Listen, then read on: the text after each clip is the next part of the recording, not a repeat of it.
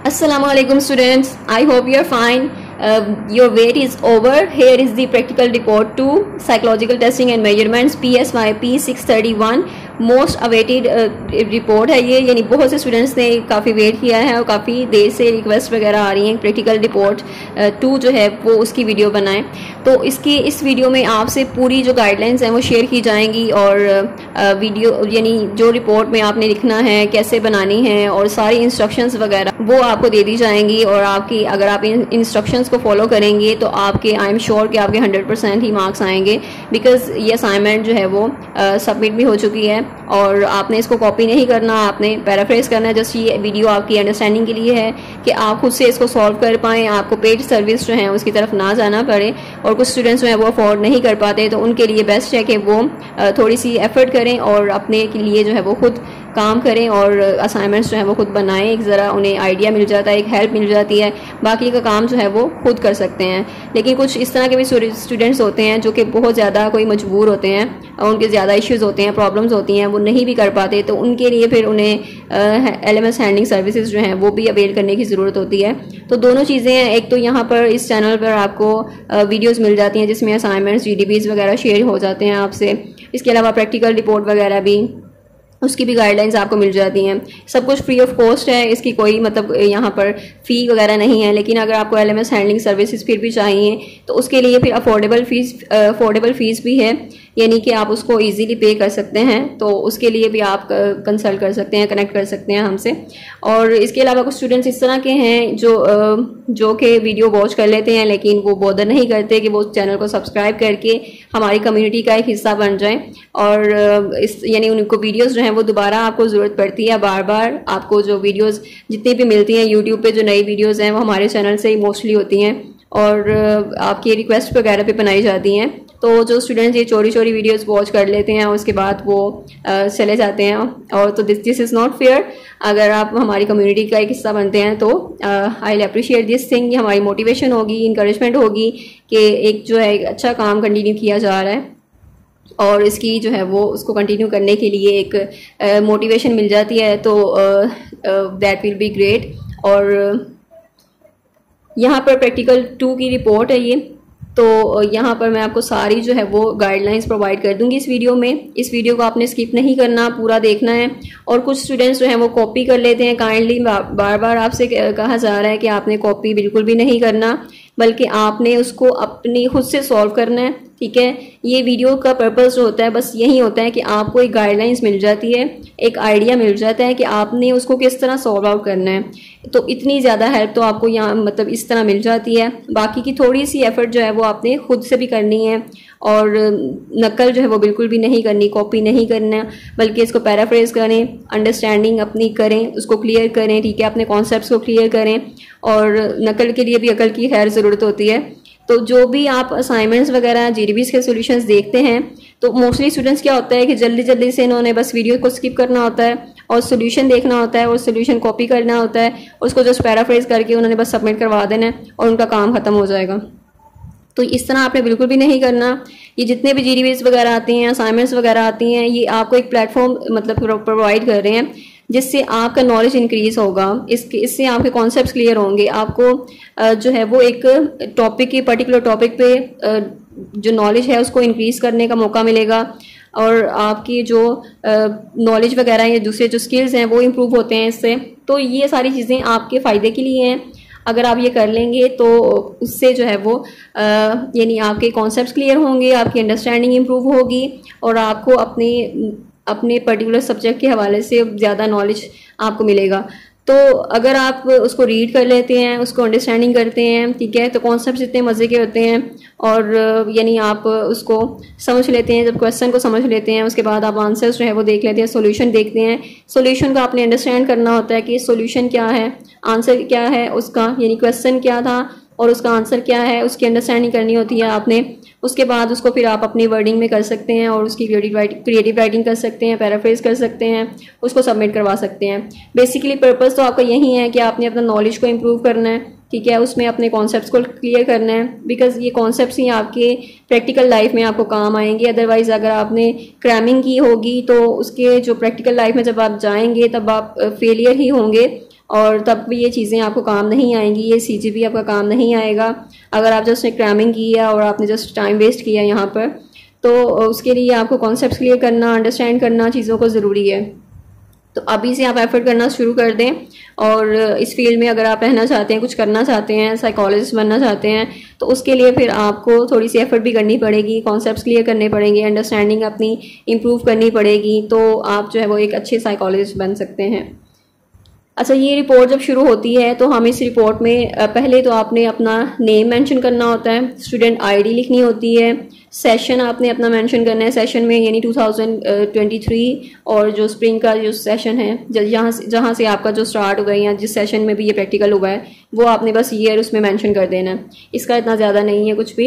अच्छा, ये रिपोर्ट आपने किस तरह सबमिट करवानी है इसका भी ज़रूरी है समझना। आपने इसको कॉपी करना है, जैसे GDP को आप कॉपी करते हैं ना, MS वर्ड पे आप लिखते हैं, उसके बाद उसको कॉपी करते हैं, तो कॉपी करके आप GDP पैनल पे जाते हैं, वहाँ पे आप कंट्रोल-V करते हैं, यानी उसको पेस्ट करते हैं और फिर आप पोस्ट मैसेज करते हैं। अब जो असाइनमेंट का प्रैक्टिकल होता है ये भी इसी तरह ही होता है, वहाँ पे उन्होंने कंट्रोल वो पैनल दिया होता है, वहाँ पर आपने कंट्रोल-V करके पेस्ट करके ये सारी असाइनमेंट तो वहाँ पर पेस्ट होती है, प्रीव्यू कर सकते हैं, उसको चेक कर सकते हैं आप। जब प्रीव्यू करते हैं तो वो सारा सबमिट होने से पहले ही आपको ये एक लुक आ जाता है, एक पेज आ जाता है फुल, और उस पर आप देख सकते हैं कि आपकी असाइनमेंट कैसी लग रही है। उसके बाद आप उसको पोस्ट कर सकते हैं और आपकी असाइनमेंट जो है वो सबमिट हो जाएगी, आपका प्रैक्टिकल सॉल्यूशन जो है वो इस तरह सबमिट हो जाएगा। अब यहाँ पर जो RISB की रिपोर्ट है, फर्स्ट ऑफ ऑल तो यहाँ पे कुछ भी नहीं करना, पहले पेजेस पे जस्ट आपने अपना इंट्रोडक्शन देना है, नेम और स्टूडेंट ID मेंशन करनी है, और इसके अलावा ईयर मेंशन करना है, सेशन मेंशन करना है, ठीक है। फिर यहाँ पर total incomplete sentence blank RISB ये कंटेंट्स हैं इसके, जिसमें बैकग्राउंड इन्फॉर्मेशन है, presenting complaints, siblings, occupational history, results, qualitative analysis है, डायग्नोसिस है। यहाँ पर जो जितने भी चीज़ें आपकी रिपोर्ट में इंक्लूडेड हैं उन सब का यहाँ पर जो है वो हेडलाइन दी गई है, और इसको आपने एज इट इज़ रहने देना है।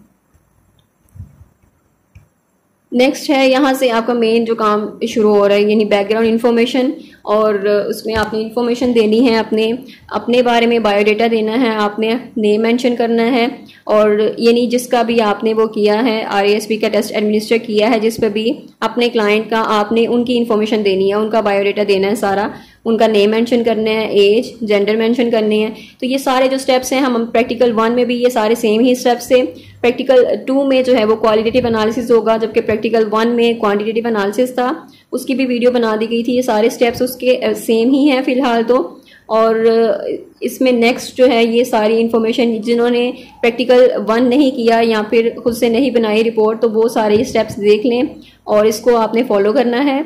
अपने क्लाइंट का नेम, जेंडर, उसकी age, education, birth date, number of siblings mention करने हैं, religion, marital status, children, mother of tongue और मदर टंग, उसके बाद सोशो इकोनॉमिक स्टेटस है, इनकम कितनी है, नंबर ऑफ डिपेंडेंट्स क्या है, यानी उस पर कितने लोग डिपेंड कर रहे हैं, उसकी इनकम कितनी है, उसमें कितने लोग डिपेंड कर रहे हैं। फिर रीज़न फॉर रेफरल, यहाँ पर आपने रीज़न फॉर रेफरल में जस्ट आपने वो मेंशन करना है कि एडमिनिस्ट्रेशन है RISB की एट जिस भी हॉस्पिटल में कहीं पे भी आप कर रहे हैं, या फिर आप वर्चुअल यूनिवर्सिटी लिख दें, तो कुछ भी लिख दें यहाँ पर, तो उसका कोई इतना इफेक्ट नहीं होगा। नेक्स्ट है प्रेजेंटिंग कंप्लेंट्स इन क्लाइंट्स वर्बेटिम, तो इसमें आपने क्लाइंट्स की जो भी कंप्लेंट्स हैं, जो उसको फिजिकल इश्यूज हैं, उसके बारे में आपने लिखना है। हेडेक है, बैक पेन है या फुट पेन है या कुछ भी, तो उसका आपने फिर ड्यूरेशन भी बतानी है कि कितनी ड्यूरेशन थी। अगर आप इसमें कोई एक भी लिख देते हैं कंप्लेंट, जैसे हेडेक है वो कॉमन है, तो आप वो लिख सकते हैं, वो सेल्डम लिख सकते हैं कि हेडेक ऑफ एंड ऑन, यानी कभी कभार होती है, तो इस तरह आप उस पर जो है वो ड्यूरेशन लिख सकते हैं। अदरवाइज आप इसको खाली भी छोड़ सकते हैं, तो इसका इतना इशू नहीं होगा। फिर हिस्ट्री है, हिस्ट्री ऑफ प्रेजेंट इलनेस, यानी जो प्रेजेंट इलनेस है आपके क्लाइंट को, उसकी हिस्ट्री आपने बतानी है कि वो कब से स्टार्टेड थी और वो कैसे थी, ठीक है, उसका एक पूरा आपने ओवरव्यू देना है यहाँ पर।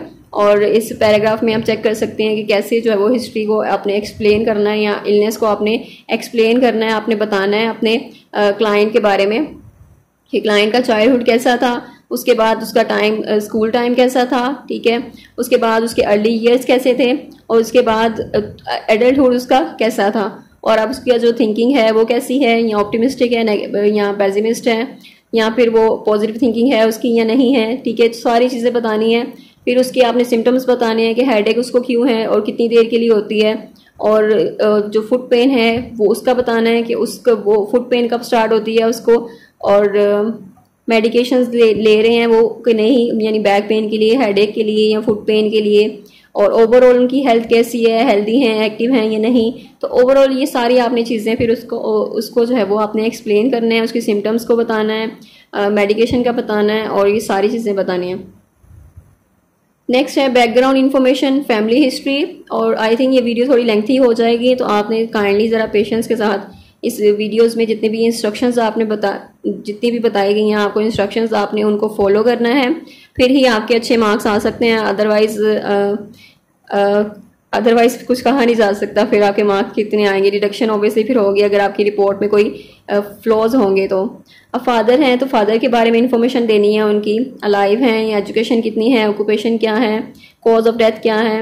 अगर कुछ भी नहीं है तो नील भी लिख सकते हैं, यहाँ पे NA लिख सकते हैं। फिजिकल हेल्थ कैसी है, एनी साइकाट्रिक प्रॉब्लम है कि नहीं, पर्सनैलिटी कैसी है उनकी, और nature of relationship with client, तो रिलेशनशिप विद वाइफ उनका कैसा है, अगर स्ट्रेन है तो वाई और कॉज बताना है, फिर अगर नहीं है तो फिर यहाँ पे नील या NA लिख सकते हैं आप।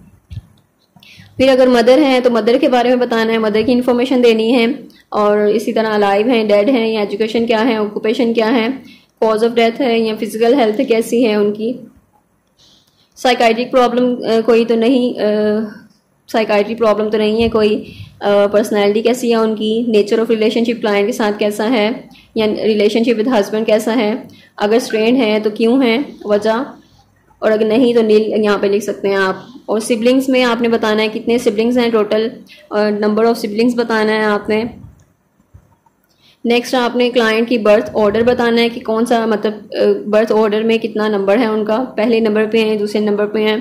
फिर फिजिकल हेल्थ बतानी है कैसी हैं, रिलेशनशिप विद सिबलिंग्स कैसा है उनका, और नेक्स्ट है ओवरऑल फैमिली हिस्ट्री बतानी है कि क्लाइंट्स जो है वो उनकी फैमिली हिस्ट्री कैसी है, और उनके पेरेंट्स जो हैं वो कैसे हैं, सिबलिंग्स की ओवरऑल हेल्थ कैसी है। तो सारा जो फैमिली है उसका बैकग्राउंड बताना है, ओवरऑल उनका बताना है। नेक्स्ट है मैरिटल हिस्ट्री बतानी है उनकी, और अगर मैरिड हैं देन ये अप्लाई करेगा, अदरवाइज ये यहाँ पे आप NA मेंशन कर सकते हैं, और इसको जो है वो आप ब्लैंक भी छोड़ सकते हैं। जैसे स्पाउस हैं और उनकी जो है वो अलाइव हैं या डेड हैं, उनकी एज क्या है, एजुकेशन क्या है, ऑक्यूपेशन क्या है, और कॉज ऑफ डेथ क्या है, फिजिकल हेल्थ क्या है, साइकाट्री प्रॉब्लम तो नहीं है, पर्सनैलिटी कैसी है, नेचर ऑफ रिलेशनशिप क्लाइंट के साथ कैसा है, या रिलेशनशिप विद स्पाउस की फैमिली के साथ उनकी क्या रिलेशनशिप है। और नेक्स्ट है चिल्ड्रन, अगर बच्चे हैं उनके तो फिर ये चीज़ अप्लाई करेगी, और यहाँ पर फिर आप इन्फॉर्मेशन जो है लिख सकते हैं, अदरवाइज आपने इसको भी ब्लैंक छोड़ देना है। टोटल नंबर ऑफ चिल्ड्रन क्या है उनका, सन जो है यानी बेटे कितने हैं, डॉटर कितनी है, एज क्या है उसकी, इस तरह सन की एज भी क्या है वो बतानी है। फिजिकल हेल्थ कैसी है, साइकाट्रिक प्रॉब्लम तो नहीं है, और रिलेशनशिप विद चिल्ड्रन कैसा है, और ओवरऑल जो होम एटमॉस्फेयर होता है वो कैसा है। नेक्स्ट है ऑक्यूपेशन हिस्ट्री, इसमें आपने वो उसका प्रोफेशन उनका बताना है कि प्रोफेशन क्या है, और एज बतानी है कि क्लाइंट ने कब स्टार्ट किया था वो प्रोफेशन, और उनका जो नेम है प्रोफेशन का वो बताना है। रिलेशनशिप बताना है, कोवर्कर्स के साथ कैसा है, या फिर चेंज की है कभी ऑक्यूपेशन या नहीं वो बताना है, या फिर रीजंस बताने हैं ऑक्यूपेशन चेंज की है तो, और एनी डिस्प्यूट, कोई डिस्प्यूट तो नहीं है, कोवर्कर्स के साथ कोई इश्यूज तो नहीं है, और टेस्ट एडमिनिस्ट्रेशन यानी आपने टेस्ट को एडमिनिस्ट्रेट कैसे करना है उसके बारे में आपने बताना है कि क्लाइंट आपने उसको कैसे RSV जो है वो देना है, ठीक है। और एक इन्वायरमेंट बताना है, किस तरह का इन्वायरमेंट होना चाहिए, और किस तरह आपने एडमिनिस्ट्रेट कहाँ पे करना है और किस तरह करना है, सिटिंग अरेंजमेंट कैसी है, और जो लाइटिंग कंडीशन है वो कैसी है, इस तरह डिफरेंट चीज़ें बतानी है आपने इसमें। और यहाँ पर टाइमिंग बतानी है, कितना टाइम उसको एडमिनिस्ट्रेट करने पे लगा, 30 मिनट्स या 20 मिनट्स वो आपने बताना है। फिर इंस्ट्रक्शंस देनी है क्लाइंट को कि क्लाइंट को क्या करना चाहिए, उसको आपने बताना है कि वो जो भी रेलिवेंट आंसर दे, ठीक है। और उसके बाद उसका रिप्लाई जो है वो किसी भी हेजिटेशन के बगैर होना चाहिए और स्पॉन्टेनियसली होना चाहिए, यानी कि जो भी उसके माइंड में आए उसने एट द मोमेंट उसने वही लिखना है, ठीक है। उसने उसके बारे में सोचना नहीं है, या फिर उसने मैनिपुलेट नहीं करना, या उसने चेंज नहीं करना। सो ये स्पॉन्टेनियस आंसर होता है। उसके बाद ये फैक्ट आपने देना है दैट कि वहाँ पर कोई भी राइट और इनकरेक्ट रिस्पॉन्सेज नहीं होते, बल्कि क्लाइंट जो भी कन्वे करता है या जो भी बताता है उसको एनालाइज किया जाता है। सो बिहेवियर ऑब्जर्वेशन है नेक्स्ट। इसमें आपने जो भी ऑब्जर्व किया है, अगर उसके बिहेवियर को, क्लाइंट के बिहेवियर को ड्यूरिंग द टेस्ट, तो टेस्ट एडमिनिस्ट्रेशन के दौरान आपने देखा होगा कि क्लाइंट का बिहेवियर कैसा है, उसके एक्सप्रेशन कैसे हैं, फेशियल एक्सप्रेशंस कैसे हैं, और उसकी जो बॉडी लैंग्वेज है वो कैसी है, वो सारी चीज़ें आपने नोट डाउन करनी है। आई कॉन्टेक्ट कैसा था, ये सारी चीज़ें आपने नोट डाउन करनी है। और उसके जो फेशियल एक्सप्रेशंस हैं, यानी कि वो कब उसका एक्सप्रेशन क्या था और किस क्वेश्चन पे वो स्टक हुआ, किस क्वेश्चन पे उसने ज़्यादा टाइम लिया, तो ये सारी चीज़ें आपने उसमें नोट डाउन करनी होती है। ओवरऑल आपने बिहेवियर को नोट डाउन करना होता है। नेक्स्ट है रिजल्ट्स, और रिजल्ट्स में आप क्वांटिटेटिव एनालिसिस जो है वो इसमें अलग से रिजल्ट्स होते हैं। इसके हम रिस्पॉन्सेज चेक करते हैं, कॉन्फ्लिक्ट रिस्पॉन्स कितने हैं, पॉजिटिव रिस्पॉन्स कितने हैं, न्यूट्रल रिस्पॉन्स कितने हैं। और ये जो है वो प्रैक्टिकल रिपोर्ट 1 के बारे में है, क्वांटिटेटिव एनालिसिस। तो इसको आपने स्किप कर देना है, यानी ये वाला जो पार्ट है आपने इसको इसमें से माइनस कर दें, इसको कट कर दें, ठीक है। इसको इंक्लूड नहीं करना, बिकॉज हमारी प्रैक्टिकल 2 जो है वो क्वालिटेटिव एनालिसिस के बारे में है, जबकि ये क्वांटिटेटिव एनालिसिस है। आपने बस इसको रिमूव करना है इसमें से, और यानी कि जो नंबरिंग वाला है, ये सारा जितना भी एनालिसिस किया गया है इसको रिमूव कर दें। और फिर आपने नेक्स्ट स्टार्ट करना है यहाँ से, जिसमें आपने मार्क्स बताए हैं, उसके स्कोर्स बताए हैं कि ऑब्टेन स्कोर्स क्या हैं। 114 है, कट ऑफ स्कोर हमारा होता है 135, और कैटेगरी कौन सी कैटेगरी में ये फॉल कर रहा है स्कोर, यानी कि अगर कट ऑफ स्कोर हमारा 135 है, 135 से ज़्यादा होगा या 135 होगा तो इट मीन्स कि वो माल एडजस्टेड होगा। अगर उससे कम है 135 से तो इट मीन्स वो वेल एडजस्टेड होगा। तो ये चीज़ आपने देखनी है कि कैटेगरी कौन सी है, और कैटेगरी में ऑब्वियसली पहले ही वेल एडजस्टेड आ रहा है। अब आपने क्वालिटेटिव एनालिसिस करना है। तो क्वालिटेटिव एनालिसिस कैसे करेंगे, इसमें आपने फर्स्ट ऑफ ऑल ये बताना है कि पार्टिसिपेंट का जो ओवरऑल स्कोर होता है, ठीक है, वो ब्लो है कट ऑफ स्कोर से या फिर अबव है। यहाँ पर आपने ब्लो ही मेंशन करना है क्योंकि 135 से वो ब्लो है, 114 स्कोर है उसका। और यहाँ पे जो स्कोर है वो इंडिकेट कर रहा है उसकी स्टेट ऑफ माइंड को कि वो वेल एडजस्टेड है, ठीक है, अपनी डेली लाइफ की जो प्रॉब्लम्स हैं, ये सिचुएशंस को हैंडल कर सकता है। तो यहाँ पर क्वालिटेटिव एनालिसिस स्टार्टिंग है, और इसमें डिफरेंट एटीट्यूड्स हैं जिसको आपने मेजर करना है, जिसमें फैमिलियल एटीट्यूड होता है, एक सोशल एटीट्यूड है, और सोशल एटीट्यूड है, इसके सेक्सुअल एटीट्यूड्स हैं, जनरल एटीट्यूड्स हैं, एंड देन कैरेक्टर ट्रेट है, इसमें डायग्नोसिस, कंक्लूजन वगैरह सारी चीज़ें हैं। तो यहाँ पर जो एटीट्यूड्स होते हैं उसको आपने कैसे मेजर करना होता है ये आपने देखना है,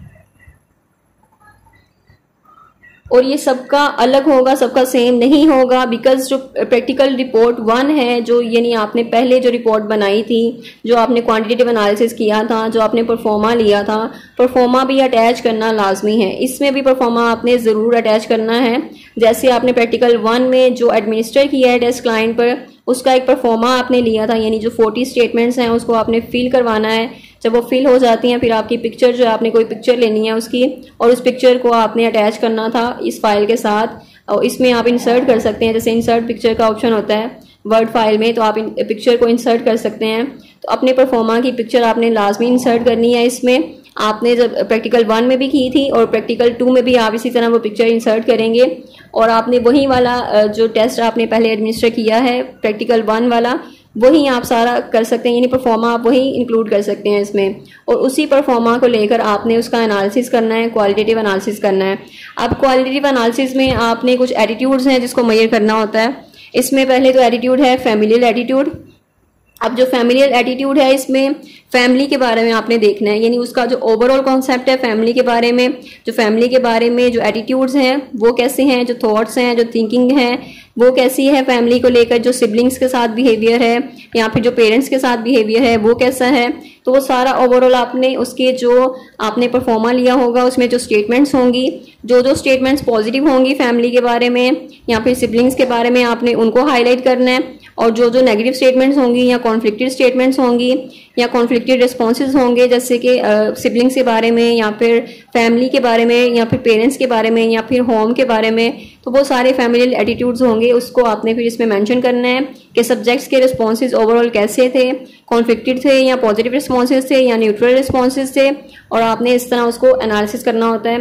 और इस तरह आप एनालिसिस में आप आइटम नंबर भी मेंशन करेंगे कि जो परफॉर्मा आपने अटैच किया होगा उसमें से कौन सी आइटम जो है वो शो कर रही है कि जो फैमिलियल एटीट्यूड है वो पॉजिटिव है उसका या नेगेटिव है, या फिर वो न्यूट्रल है यानी कॉन्फ्लिक्टेड है। नेगेटिव मीन्स कॉन्फ्लिक्टेड है या फिर वो न्यूट्रल है। तो ये आपने यहाँ पर मेंशन करना है और यहाँ पर आइटम नंबर मेंशन करनी है आपने। सब्जेक्ट्स की रिस्पॉन्सेज हैं रिगार्डिंग फैमिली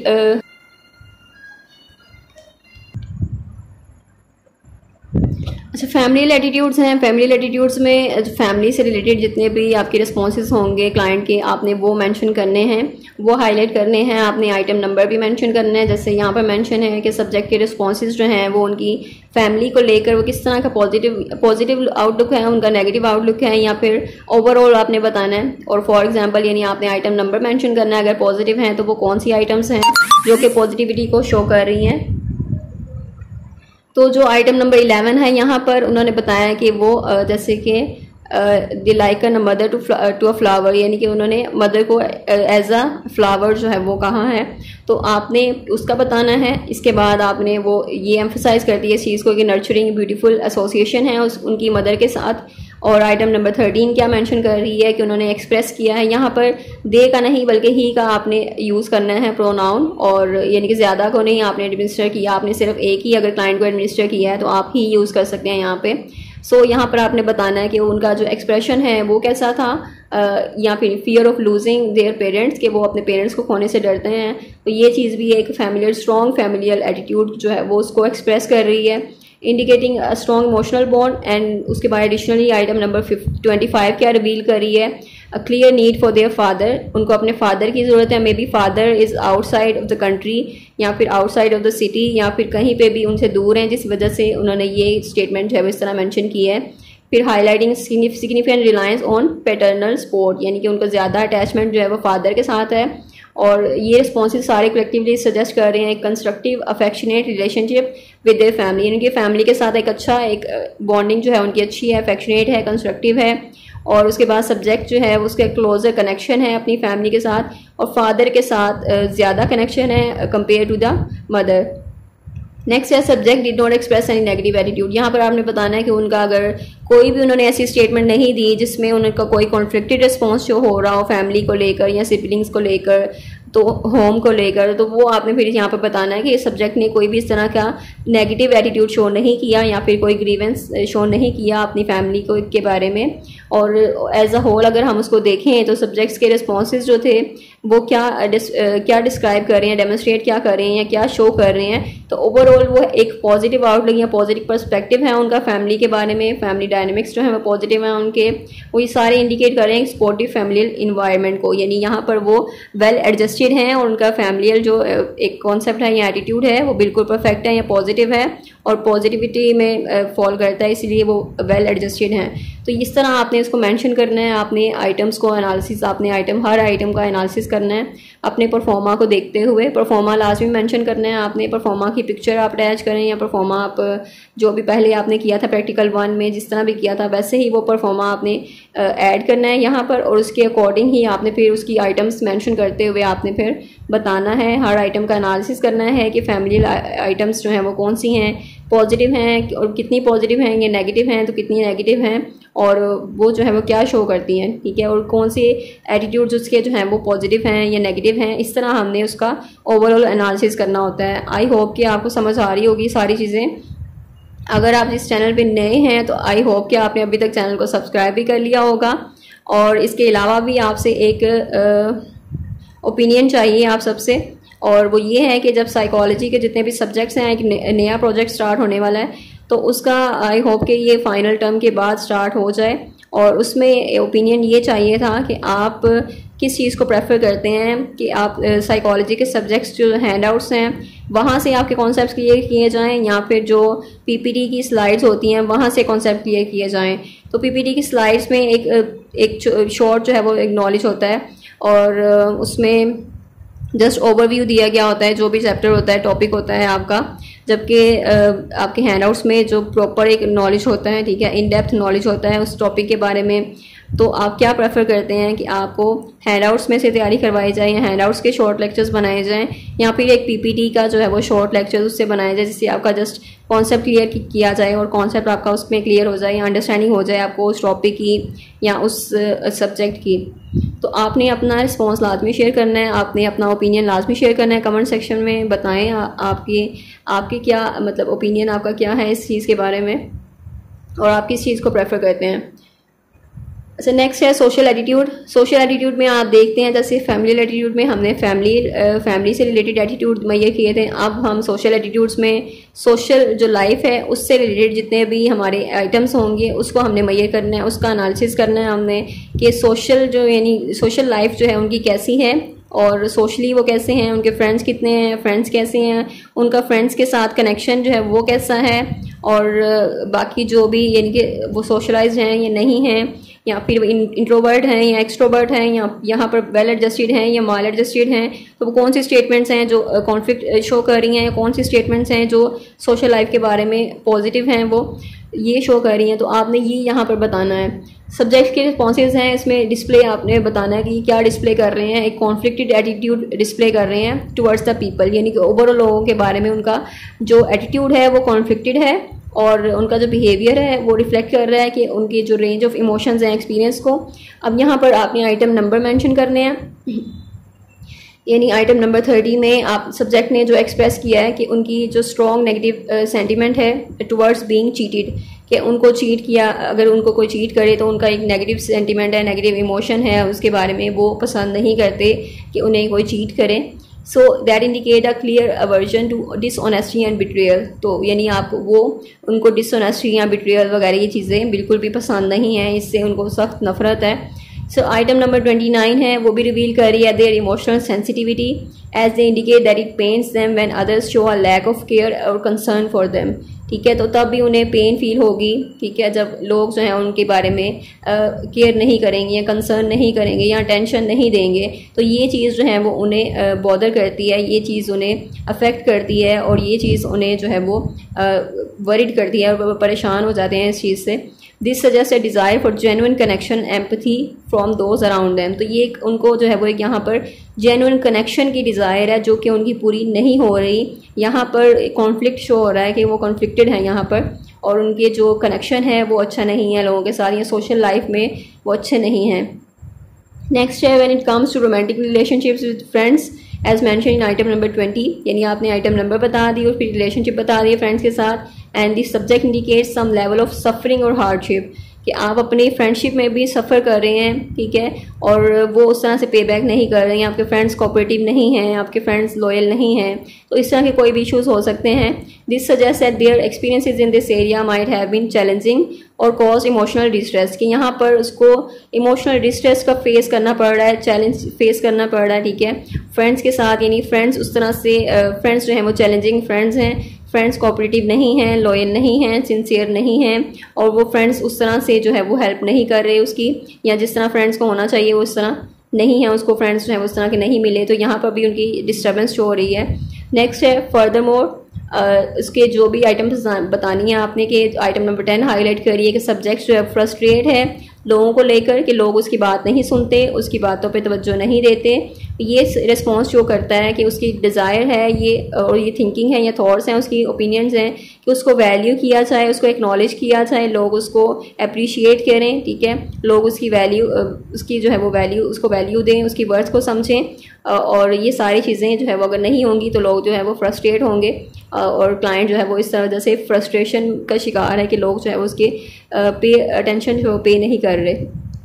फिर नेक्स्ट है आइटम, सारी आइटम्स का आपने फिर इस तरह जितनी भी आइटम्स हैं वो आपने मेंशन करते जाना है, कि अगर वो पॉजिटिव शो कर रही हैं रिस्पॉन्स तो आपने वो भी बताना है, और अगर वो नेगेटिव सोशल एटीट्यूड को कर रही हैं और कॉन्फ्लिक्ट्स हैं ज़्यादा तो आपने वो भी मेंशन करना है। और फिर आपने ओवरऑल आपने बता देना है कि ओवरऑल उसका एटीट्यूड इसमें कैसा है, यानी फैमिलियल में कैसा था, सोशल एटीट्यूड कैसा है या सेक्सुअल एटीट्यूड कैसा है, तो वो सारी चीज़ें आपने फिर एंड पे वो उसको समरी जो है उसकी बता देनी है, उसको सम अप कर देना आपने।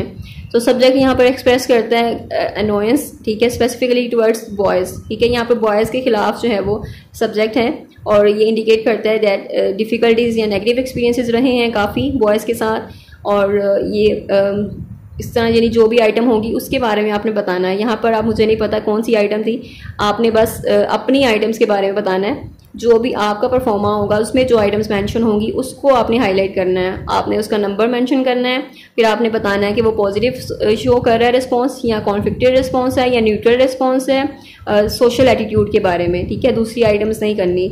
अब on the other hand subjects attitudes towards girl, अब गर्ल्स की तरफ उनका एटीट्यूड कैसा है वो आपने बताना है, आइटम नंबर बताना है, उसमें बताना है कि वो अपीयर करता है कि वो न्यूट्रल हैं गर्ल्स की जानिब, ठीक है, और उनका बिलीफ है कि मोस्ट गर्ल्स जो हैं वो इजीली ट्रस्ट कर लेती हैं और वो ओपन माइंडेड है, और उनका पर्सपेक्टिव जो है गर्ल्स के बारे में वो उनका जो बायस है यानी कि नेगेटिव बायस जो है वो नहीं है, और वो गर्ल्स के बारे में उनका पॉजिटिव एटीट्यूड है ओवरऑल। सो ये हो गया। नेक्स्ट उनकी आइटम्स हैं 18-19, जिसमें हाईलाइट है कि उनकी इंटरनल स्ट्रगल्स हैं, और सब्जेक्ट ने यहाँ पे मेंशन किया है उनकी नर्व्स जो हैं वो पीसफुल नहीं है, यानी कि किसी किस्म का कॉन्फ्लिक्ट है, यहाँ पर इनर टर्मोइल है, एंग्जाइटी या डिप्रेशन की ये कोई साइन है, ठीक है। और 19 मेंशन है कि 19 आइटम में है कि others frequently doubt their abilities, कि काफ़ी जो लोग हैं उसकी एबिलिटीज़ को डाउट करते हैं, जो कंट्रीब्यूट करता है उसकी फ्रस्ट्रेशन में या लैक ऑफ कॉन्फिडेंस में। नेक्स्ट है ओवरऑल आपने बता देना है फिर इसका ओवरऑल जो सब्जेक्ट का रिस्पॉन्स है वो क्या शो करता है, उसके जो इमोशंस हैं, जो एक्सपीरियंसेस रहे हैं वो काफ़ी कॉम्प्लेक्स हैं, ठीक है, और कॉन्फ्लिक्टेड एटीट्यूड इसमें ज़्यादा हैं दूसरे के बिहेवियर की वजह से या फिर एटीट्यूड की वजह से जो लोगों का उनके साथ है, और उनका जो पर्सपेक्टिव है उसकी वजह से, और dimension of personal struggles and external doubts ये फर्दर एम्फसाइज करते हैं कि जो सब्जेक्ट्स की जो रिलेशनशिप है लोगों के साथ वो अच्छा नहीं है, उसके जो इमोशंस हैं, इमोशनल रेगुलेशन वो अच्छी नहीं है। तो वो आपने ओवरऑल इस तरह फिर इसको सम अप कर देना है, वो बता देना है कि इस एटीट्यूड में जो ओवरऑल है वो उसका क्या रिजल्ट था। नेक्स्ट है सेक्सुअल एटीट्यूड। अब यहाँ पर आपने बता देना है कुछ सेक्सुअल एटीट्यूड से रिलेटेड जो भी स्टेटमेंट्स होंगी आपने उसको एनालिसिस करना है उसका। तो क्लाइंट्स के रिस्पॉन्सेज जो हैं ओवरऑल इंडिकेट करते हैं notable absence of sexual interest, जिसमें उन्होंने बताया है कि जो आइटम नंबर 26 है उसमें वो एक्सप्रेस कर रहे हैं उनका बिलीफ है कि marriage should be ideally take place at age of 25, यानी कि अप्रोप्रिएट एज होनी, या फिर उन्होंने एक नंबर जो है वो बता दिया कि इस नंबर तक यानी इस एज पे जो है वो शादी हो जानी चाहिए। और ये रिस्पॉन्स जो है वो शो करते हैं, उनका कॉन्फ्लिक्ट शो करते हैं, उनकी डेविएशन शो करते हैं सोसाइटल नॉर्म्स में। इस तरह डिफरेंट आपने वो चीज़ें, और मार्ज जस्टिस वैसे इतना नहीं है लेकिन वो एक मतलब उसको वेल एडजस्टेड में ही आता है ये, लेकिन एक हद तक जो है कॉन्फ्लिक्टेड है, यहाँ पे थोड़ा सा कॉन्फ्लिक्ट है शो कर रहे हैं, लेकिन फिर भी हम इसको ज़्यादा मार्ज एडजस्टमेंट में नहीं लेकर जाएंगे। सो नेक्स्ट है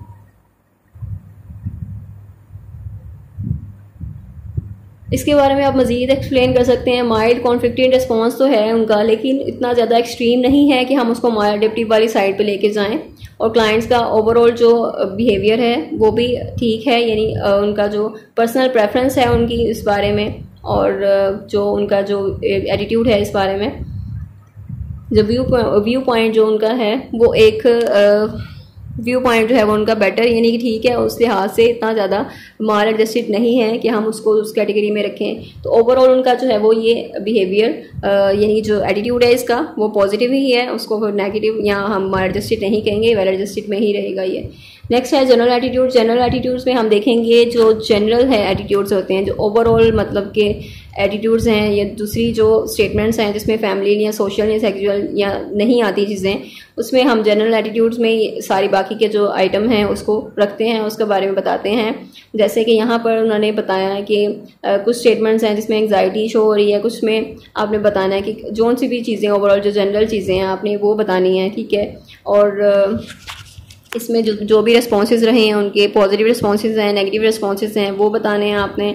और यहाँ पर सब्जेक्ट्स का ओवरऑल रिस्पॉन्स जो है उनकी सोशल लाइफ को लेकर वो कैसा था, पॉजिटिव साइड है या नेगेटिव साइड पे हैं वो। आइटम नंबर 27 जो है वो क्या कन्वे कर रही है, उनका सेंस ऑफ कॉन्फिडेंस या पॉजिटिविटी है उनमें, कि जो वो कह रहे हैं कि they feel their best when they are with their friends, यानी जब वो अपने फ्रेंड्स के साथ होते हैं तो वो बेस्ट फील करते हैं। सो यहाँ पर जो इस तरह के रिस्पॉन्सेज हैं वो एक पॉजिटिव आउटलुक या पॉजिटिव शो कर रहे हैं, पॉजिटिविटी शो कर रहे हैं, पॉजिटिव एटीट्यूड शो कर रहे हैं।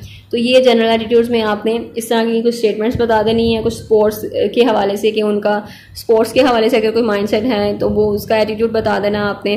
तो वो जनरल स्टेटमेंट जितनी भी हैं तो उसको आपने यहाँ पर एनालिसिस करना है उसका, उन आइटम्स का, और उसके बारे में आपने बताना है कि वो पॉजिटिव रिस्पॉन्सेज हैं, कॉन्फ्लिक्टेड रिस्पॉन्सेज हैं या न्यूट्रल रिस्पॉन्सेज हैं।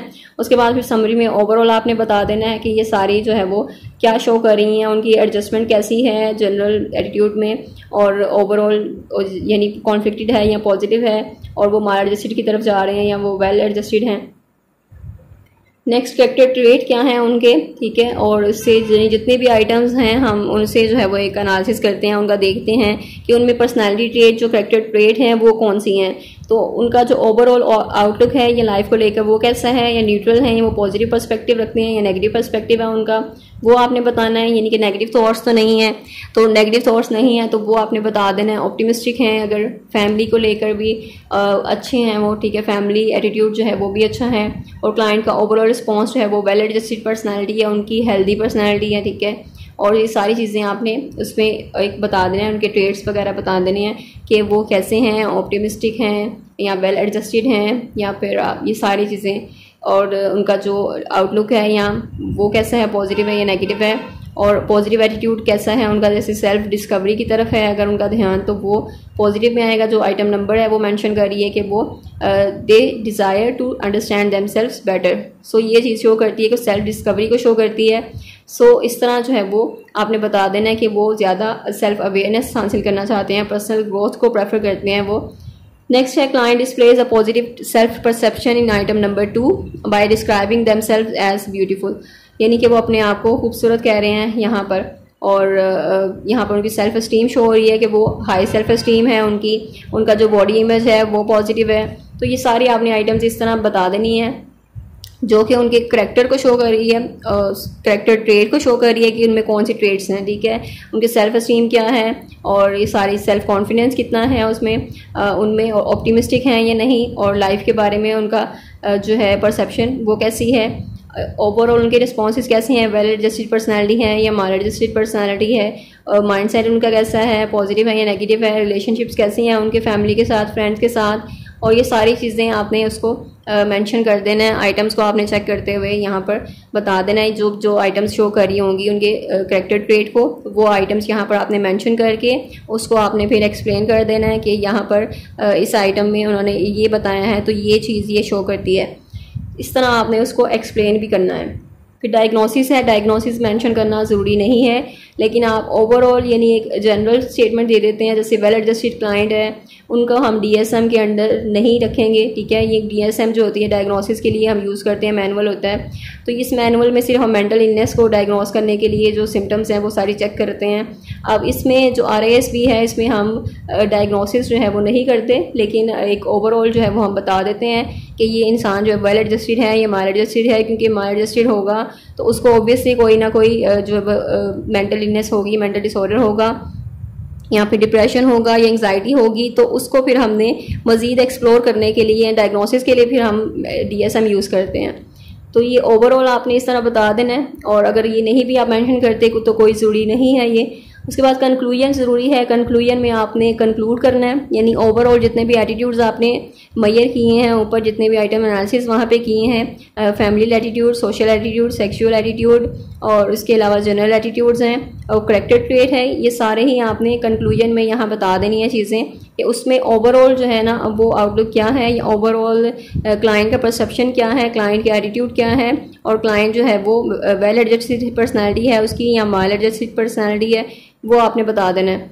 तो यहाँ पर कंक्लूड करेंगे हम कि क्लाइंट जो है वो मेंटली हेल्दी है, वेल एडजस्टेड है। जितना भी डेटा हमारा कलेक्ट हुआ है RSB एग्ज़ाम से, यानी RSB जो एडमिनिस्टर किया था हमने टेस्ट वगैरह, उससे हमने एक डेटा वगैरह जो लिया था उसको अगर हम एनालिसिस करते हैं उसका, तो हम उसमें फाइंड आउट करते हैं जो क्लाइंट है ओवरऑल इसकी मेंटल हेल्थ कैसी है। फिर उसके जो एटीट्यूड्स हैं वो पॉजिटिव हैं या नेगेटिव हैं, मतलब कॉन्फ्लिक्टेड हैं या न्यूट्रल हैं। तो पॉजिटिव फैमिली, सोशल या सेक्सुअल एटीट्यूड्स वो भी डिस्प्ले करते हैं कि क्लाइंट जो है वो एक हेल्दी पर्सनैलिटी है उसकी, और वेल एडजस्टेड हैं, और वो सिक्योर या लविंग होम से। ये सारी आपने जो ओवरऑल आपने बता देना है जो भी ऊपर आपने मेंशन किए। अगर फैमिली, उनका जो फैमिलियल एटीट्यूड्स हैं वो अच्छे हैं तो उसके बारे में आपने बता देना है। एंड देन दूसरी चीज़ें, और फिर इस तरह जो उनके व्यूज़ हैं वो कैसे हैं, और ऑप्टिमिस्टिक हैं, या फ्लेक्सिबिलिटी कितनी है, इमोशनल स्टेबिलिटी कितनी है, प्रॉब्लम सॉल्विंग कितनी है। तो वो सारी चीज़ें आपने यहाँ पर मेंशन कर देनी है।